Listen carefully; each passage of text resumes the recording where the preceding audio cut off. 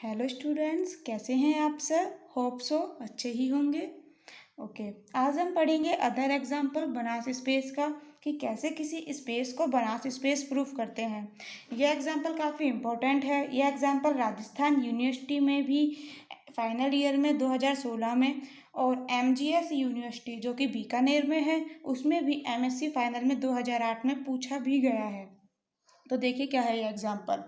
The linear space L infinity of all bounded sequence x equals to sequence x1 x2 dash dash dash xn and dash dash dash infinity तक जा रहा है of scalars, यानी कि ये जो x1 x2 xn है ये क्या है? स्केलर्स।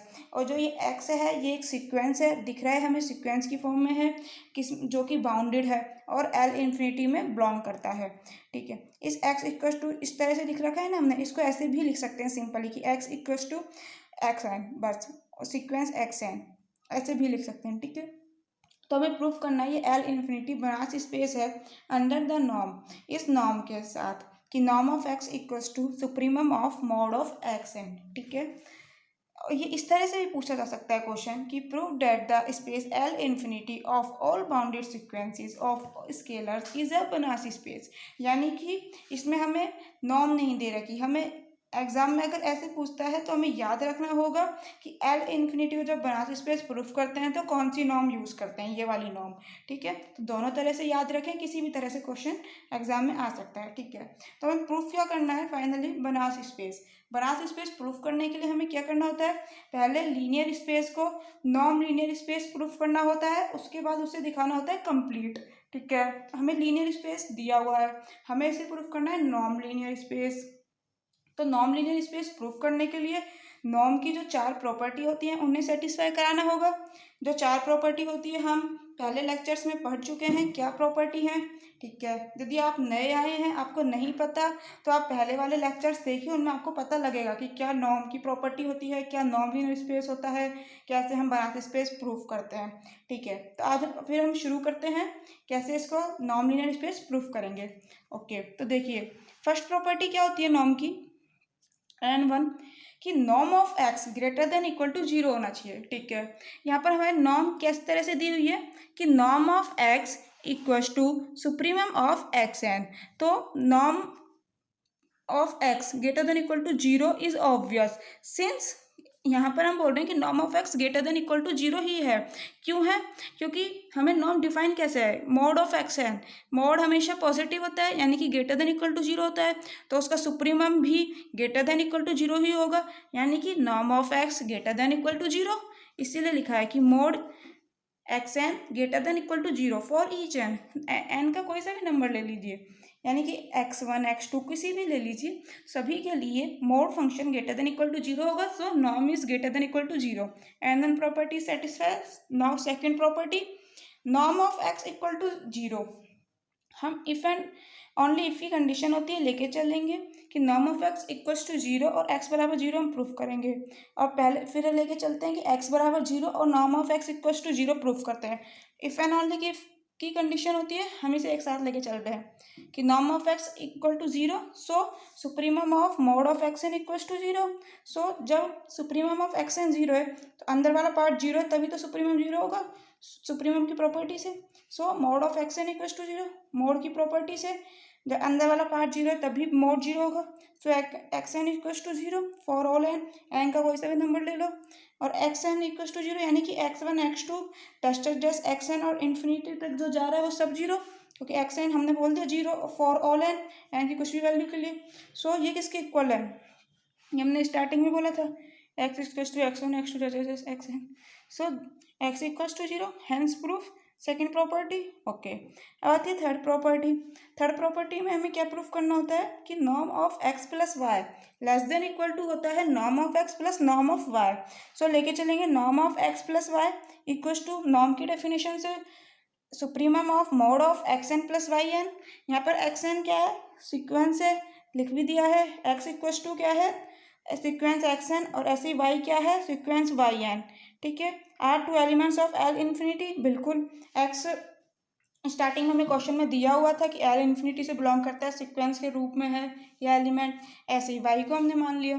ठीक है, अब देखो mod of x N plus Y N less than equal to होता है mod of x N plus Y N, ये मोड की प्रॉपर्टी होती है, हम पहले भी यूज़ कर चुके हैं। So supremum of less than equal to हो गया mod of x N plus mod of Y N, less than equal to supremum अलग अलग डिफाइन कर दिया, supremum of mod of x N plus supremum of mod of Y n. Norm की definition से इसे हम क्या लिख सकते हैं, नॉर्म ऑफ एक्स, इसे क्या लिख सकते हैं, नॉर्म ऑफ वाई। ठीक है, सो क्या आ गया, norm of x plus Y less than equals to norm of x plus norm of y. अब आती है an fourth property. Fourth property क्या होती है कि फॉर एन स्केलर एल्फा लेके चलेंगे हम कि वी हैव, हमारे पास ऐसा होगा कि norm of F alpha alpha x equals to क्या होगा, नॉर्म की डेफिनेशन से supremum of mod of alpha x N equals to supremum of, supremum किस पे लगेगा, सीक्वेंस पे जो कि एक्स एन है, एल्फा तो क्या है स्केलर, तो एल्फा बाहर आ जाएगा सुप्रीमम से, तो सुप्रीमम ऑफ, पहले मॉड अलग अलग कर दिया कि मॉड ऑफ एल्फा और mod of x n, mod of alpha बाहर आ गया, बचा क्या supremum of x n, mod of alpha supremum of x n क्या है, नॉर्म ऑफ एक्स, सो लिख दिया। फोर्थ प्रॉपर्टी भी सेटिस्फाई हो गई। थर्ड हमने क्या दिया, L infinity is a non linear space. अब हमें नॉन लीनियर स्पेस प्रूफ कर दिया, अब हम बनास स्पेस के लिए हमारा क्या रह गया, कंप्लीटनेस और प्रूफ करनी है। तो अब हम प्रूफ करेंगे कंप्लीटनेस कि एल इन्फिनिटी कंप्लीट है। ठीक है, तो इसके लिए हमने माना कि एक्स एम, जहाँ एम वेरी कर रहा है 1 to इन्फिनिटी, बी है कोशी सीक्वेंस, ये हमने माना है कोई कोशी सीक्वेंस है। ठीक है, इन एल इन्फिनिटी में हम मान के चल रहे हैं, since each x m is itself a sequence of scalars, बिल्कुल सही बात है। क्यों, एक्स एम हमने कहाँ बिलोंग करता है, ये एल इन्फिनिटी में, और एल इन्फिनिटी में एलिमेंट कैसे है, सीक्वेंस के रूप में ही तो है, क्योंकि हमने यहाँ क्या कहा था, एक्स इक्वस टू सीक्वेंस के रूप में ही तो है ना, एक्स जो एलिमेंट है वो सीक्वेंस के फॉर्म में है ना। सो और जो वहाँ पर हमने एक्स यहाँ माना है, जो ये एक्स है वहाँ जो हम मान रहे हैं वो एक्स एम यही तो है, वहाँ एम की वैल्यू अलग अलग हो सकती है, x one x two, x one x two ये मत सोचना ये वाला एक्स वन एक्स टू, ये देखो अलग है, ये एन वाले हैं, ऐसे सोचो ये तो एन की तरह चल रहे हैं कि 1 to n, और वो एम वो अलग है, वो ये वाले हैं, जैसे इसको हमने प्रॉपर्ली एक्स कह दिया, कोई नाम नहीं दिया कि x one x two like. सो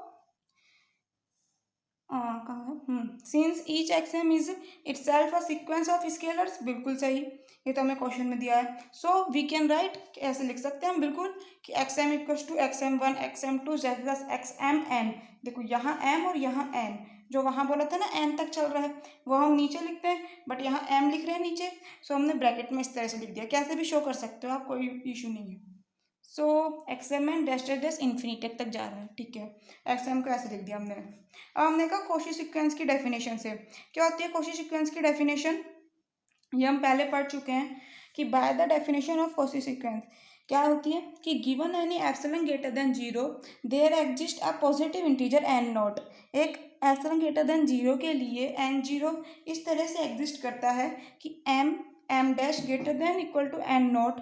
सो होगा कैसे कि norm of X M minus X M dash less than होगा एप्सिलॉन, यानी कि एप्सिलॉन ग्रेटर देन जीरो के लिए एन नोट एक ऐसा मिलता है एग्जिस्ट करता है कि जहाँ एम एम डैश तो greater than equal to N naught होते हैं, और norm of X M minus X M dash less than होता है epsilon.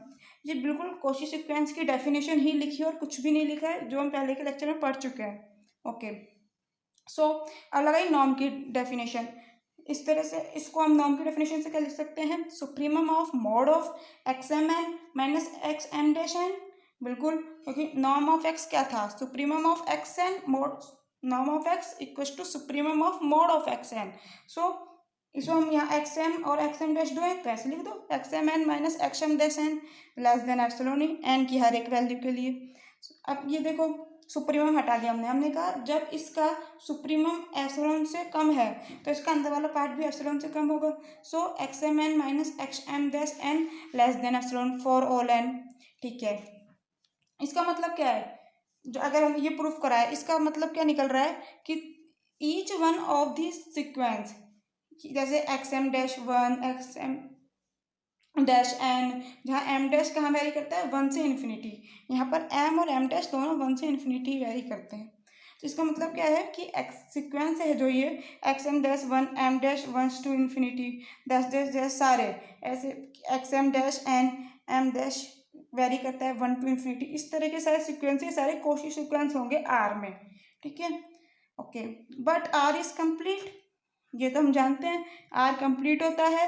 So each of them converges to a point in R, बिल्कुल कन्वर्जेंस की वो sorry convergence की नहीं, कंप्लीटनेस की क्या डेफिनेशन होती है कि अगर कोई कोची सीक्वेंस किसी में वो नहीं सुनो, यदि कोई जैसे आर कंप्लीट है तो इसमें अगर कोई कोशी सीक्वेंस होगा वो जिस पे भी कन्वर्स करेगा जिस भी पॉइंट पे, तो वो पॉइंट भी इसी आर में बिलोंग करेगा, ये कंप्लीटनेस की डेफिनेशन होती है। हमने यहाँ प्रूफ कर दिया कि कोशी सीक्वेंस आर में है और हम बोल रहे हैं आर कंप्लीट है, तो इसका मतलब क्या है कि जिस पे ये कन्वर्स कर रहा है कोशी सीक्वेंस वो वही पॉइंट आर में ही होगा, ये कंप्लीटनेस की डेफिनेशन है। इसीलिए लिखा है so each of them converges to a point in R, ठीक है। तो हमने माना कि जो ये एक्स एम डैश वन है ये कन्वर्स कर रहा है एक्स वन पे, ऐसे ही X M dash N vary कर रहा है वो सॉरी वेरी नहीं कन्वर्स कर रहा है एक्स एन पे, इस तरह से माना हमने। तो इसको हम अगर एक साथ लिखें तो कैसे लिख सकते हैं कि limit M dash tending to infinity X M dash N equals to आ गया एक्स एन, ठीक है। इसको बोला हमने इक्वेशन नंबर सेकेंड, ठीक है। अब हमें शो करना है कि now we shall show that the Cauchy sequence X M M vary कर रहा है वन टू इन्फिनिटी कन्वर्स करेगा किस पे X equals to x one dash x N पर, और डैश डैश चल रहा है इन्फिनिटी तक, ठीक है। अब हमें प्रूफ करना है ये। सो फ्रॉम फर्स्ट इक्वेशन क्या थी, देखो फर्स्ट इक्वेशन हमारी क्या थी कि mod of X M N minus X M dash N less than होता है एप्सिलॉन, ठीक है। वही लिखा है हमने from first mod of X M N minus X M dash N less than है एप्सिलॉन, ठीक है। एन वेरी कर रहा है वन टू इन्फिनिटी, अब हमने कहा take M dash tending to infinity, okay, और यूज़ कर रहे हैं सेकेंड इक्वेशन, और ये देखो सेकेंड इक्वेशन और यूज़ कर रहे हैं, ठीक है। Okay, M dash tending to infinity, इसका मतलब क्या है कि एक्स एम एन माइनस, देखो सेकंड इक्वेशन से देखो कि एम डैश इन्फिनिटी पे है तब एक्स एम डैश एन किसके बराबर लिख सकते हैं एक्स एन पर, तो एक्स एम डैश एन और हम कह रहे हैं M dash tending to infinity, so इसको क्या लिख सकते हैं एक्स एन, तो वही लिखा है माइनस एक्स एन, ठीक है। इस तरह से यूज़ किया हमने, और फिर वही mod less than epsilon, N वही वेरी कर रहा है वन टू इन्फिनिटी, ठीक है। तो अब हमने ले लिया सुप्रीमम इसका, इस सीक्वेंस से इसका सुप्रीमम आ जाएगा, ये कोई सीक्वेंस नहीं है नंबर है, इसके बाहर सुप्रीमम लिखेंगे नहीं। So supremum of this less than epsilon N vary one to infinity. So ये क्या है नॉर्म की डेफिनेशन से, norm of X M minus X less than epsilon, जहाँ एम क्या है greater than equal to N naught, ये हम पहले से लिखते चल रहे हैं, शुरू में हमने ये लिखा था M greater than equal to N naught, ठीक है। ये प्रूफ कर दिया, इसका मतलब क्या है कि thus the Cauchy sequence X M in L infinity converges to X, यही डेफिनेशन होती है कन्वर्जेंस की। अब एक्स एम हम कोशी सीक्वेंस मान के चल रहे थे एल इन्फिनिटी में, तो यही लिखा है कि एक्स एम कन्वर्स कर रहा है एक्स पर, ठीक है। अब एक्स पर तो कर रहा है, ठीक है। कंप्लीट के लिए हमें क्या प्रूफ करना है कि जो ये एक्स है ये एल इन्फिनिटी में ही बिलोंग करना चाहिए, यही तो होता है ना कंप्लीट की डेफिनेशन। बस तो अब हम ये और प्रूफ करेंगे कि ये जो now we will show that कि X belongs to L infinity, ठीक है, ठीक है। फ्रॉम थर्ड हमें क्या पता लगता है थर्ड इक्वेशन से, देखो थर्ड इक्वेशन क्या थी X M N minus X N more less than है एप्सिलॉन, एन कहाँ वेरी कर रहा है वन टू इन्फिनिटी, ठीक है। और देखो हमने शुरू में लिखा क्या था, एक्स को हम इस तरह से लिख सकते थे कि X equals to sequence X N और एन वेरी कर रहा है वन टू इन्फिनिटी, है ना, ठीक है। तो हम एक्स एम माइनस एक्स को कैसे लिख सकते हैं, एक्स एम एन, ये देखो एक्स है तो यहाँ एन है ना, उसी तरह से एक्स एम तो यहाँ एन माइनस एक्स एन, वही सीक्वेंस एन वेरी कर रहा है वन टू इन्फिनिटी, बिलोंग किस में करेगा एल इन्फिनिटी में, बिल्कुल, क्योंकि ये बिलोंग किस में करता था एल इन्फिनिटी में, तो बिलोंग करता था ये एल इन्फिनिटी का ही तो एलिमेंट था, तो बस ऐसे ये बिलोंग करेगा एल इन्फिनिटी में ही, ठीक है। एंड देयरफॉर क्या हो गया X equals to X N, हम ऐसे लिख सकते हैं, और एन कहाँ वेरी कर रहा है वन टू इन्फिनिटी, और ये किस में बिलोंग करता है एल इन्फिनिटी में, बिल्कुल। सो हमने एक्स कहाँ बिलोंग करा दिया एल इन्फिनिटी में, यही तो हमें बिलोंग करा के दिखाना था कि एक्स एल इन्फिनिटी में बिलोंग करता है बस। So L infinity is a complete space, क्योंकि कोशी सीक्वेंस को एक्स एम को हम दिखा ही सकते, पहले ही दिखा दिया था कि एक्स के ऊपर कन्वर्स करता है और एक्स को दिखा दिया अब एल इन्फिनिटी में बिलोंग करता है। So L infinity is a complete space.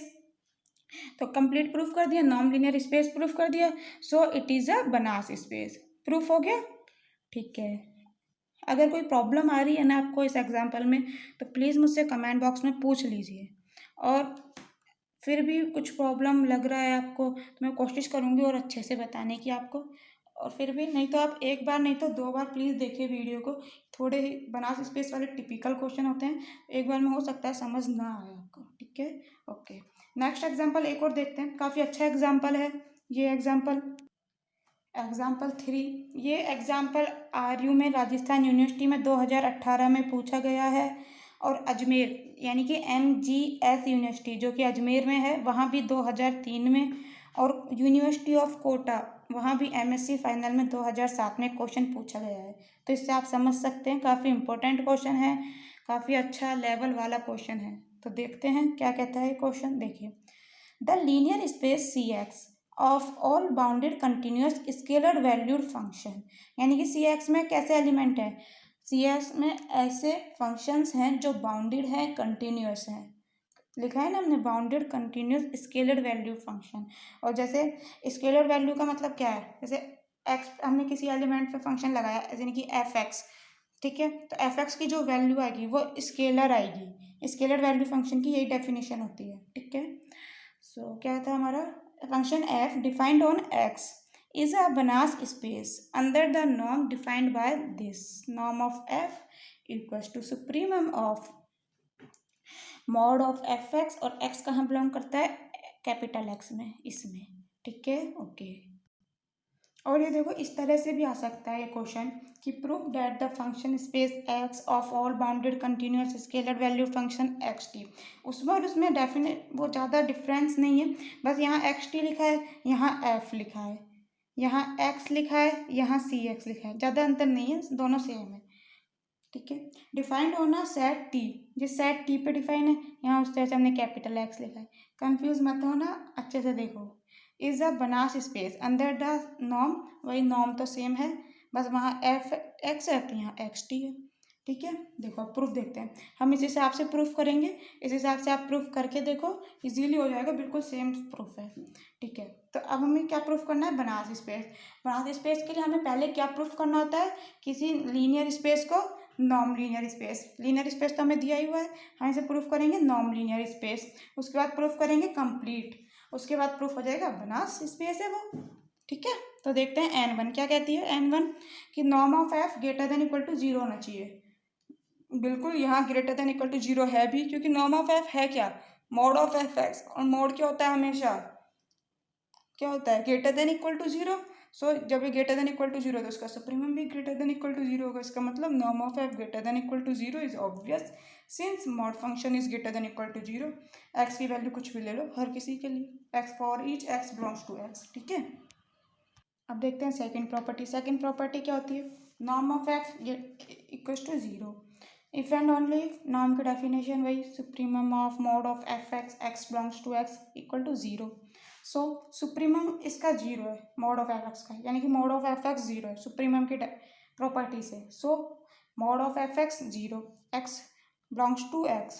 ठीक है, मोड 0 है यानी कि अंदर वाला 0 है, यानी कि fx equals to 0। If and only if की कंडीशन होती है, ये प्रॉपर्टी होती है मोड की, सुप्रीमम की। So fx equals to 0 for all x belongs to x के लिए। अब fx 0 इसका मतलब क्या है, ये फंक्शन की प्रॉपर्टी होती है, यानी कि जो ये f है ये 0 फंक्शन है, यानी कि 0 फंक्शन का मतलब क्या होता है कि f को कोई भी वैल्यू दो, यानी कि f1 निकालो, f2 निकालो, कुछ भी 0 फंक्शन है तो वो हमेशा उसको 0 पर ही भेजेगा, यानी कि f1 0, f2 0, f3 4 5 कुछ भी ले लो तो वो सब को 0 पे भेजेगा। 0 फंक्शन की डेफिनेशन होती है। ठीक है, सो देखो इसको ऐसे भी ऐसे समझो, यहाँ पर कोई भी एलिमेंट है 1 2 डैश डैश कुछ भी। ठीक है, यहाँ हमने एक डिफाइन करा फंक्शन f, यहाँ पर यदि f1 निकालोगे, f1 निकाला वो आएगा 0, यानी कि यहाँ सिर्फ 0 है, F2 निकालो, वो आएगा 0। कुछ भी निकाल लो, सब 0 आएगा, यानी कि f क्या है, एक 0 फंक्शन है। बस तो यही कहा है, एफ एक्स 0 आ रहा है for all x belongs to x, यानी x की कुछ भी वैल्यू के लिए, यानी कि f इक्वल्स टू 0 और 0 बार, इसका मतलब होता है 0 फंक्शन है ये। ठीक है, प्रूफ हो गया। यही सेकंड प्रॉपर्टी होती है।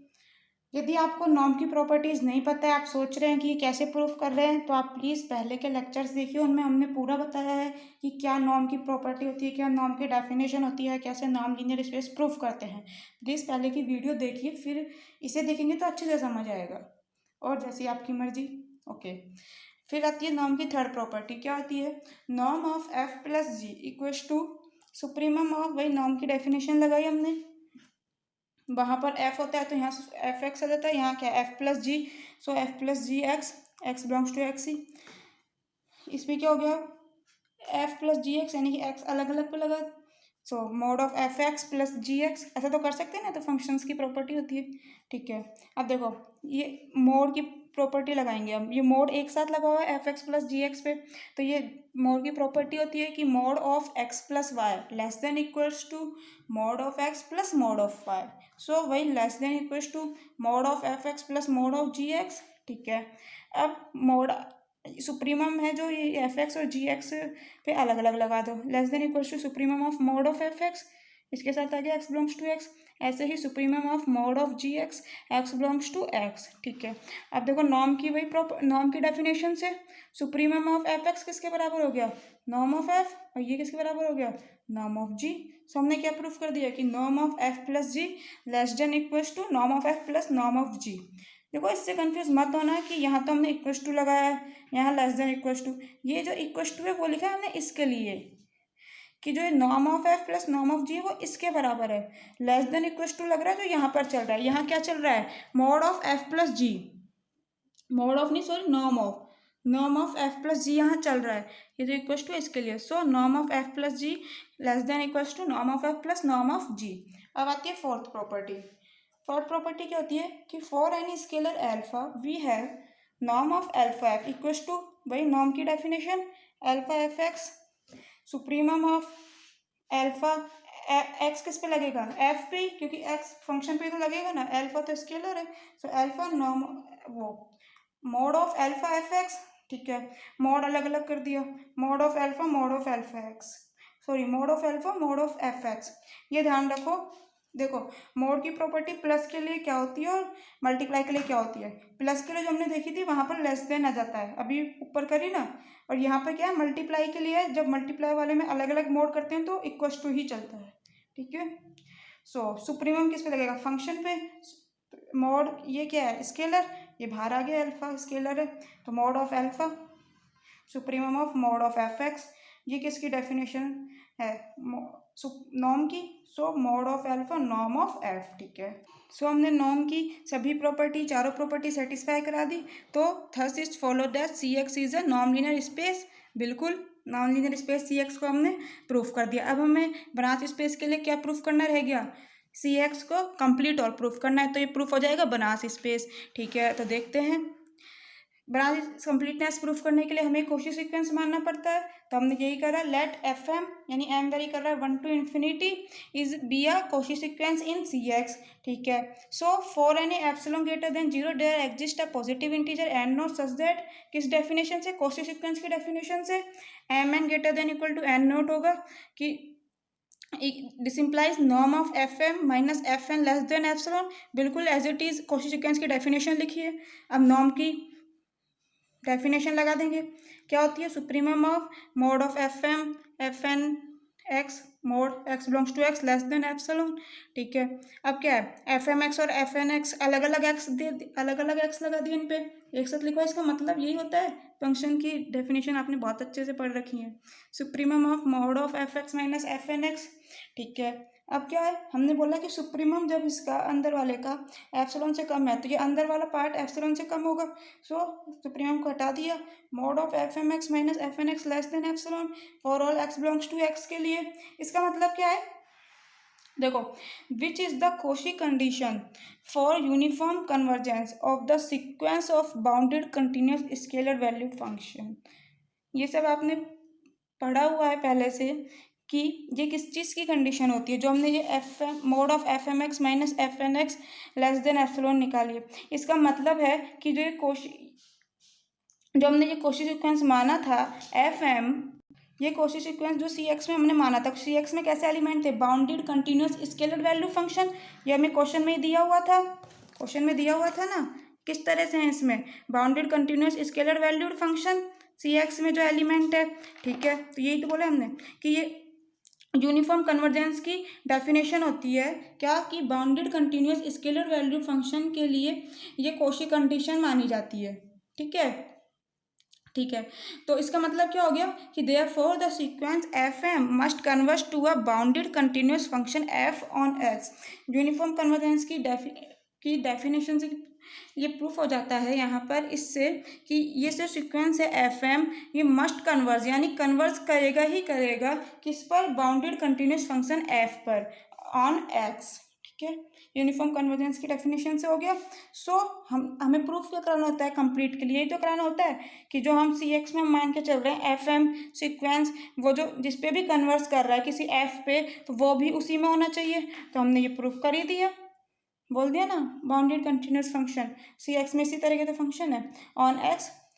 ठीक है, तो सी एक्स क्या हो गया हमारा कंप्लीट। जब सी एक्स कंप्लीट हो गया, नॉन लीनियर स्पेस प्रूफ कर चुके हैं पहले, इसका मतलब क्या है, C X is a Banach space. ठीक है, वैसे ये बहुत ही इजी है, बहुत, अब तक हमने 3 एग्जाम्पल करे हैं, तीनों एग्जाम्पलों में ये वाला एग्जाम्पल सबसे ज़्यादा इजी है, बट फिर भी ये इम्पोर्टेंट है, काफ़ी बार काफ़ी यूनिवर्सिटीज़ में एग्ज़ाम में पूछा भी गया है। तो इसको आप अच्छे से करें, कहीं भी प्रॉब्लम आती है तो मुझसे पूछे, कमेंट बॉक्स में कमेंट करें please. So well done and thank you very much. अगर आपको अच्छा लगा हो तो प्लीज़ लाइक कर दें एंड सब्सक्राइब कर दें। Thank you so much.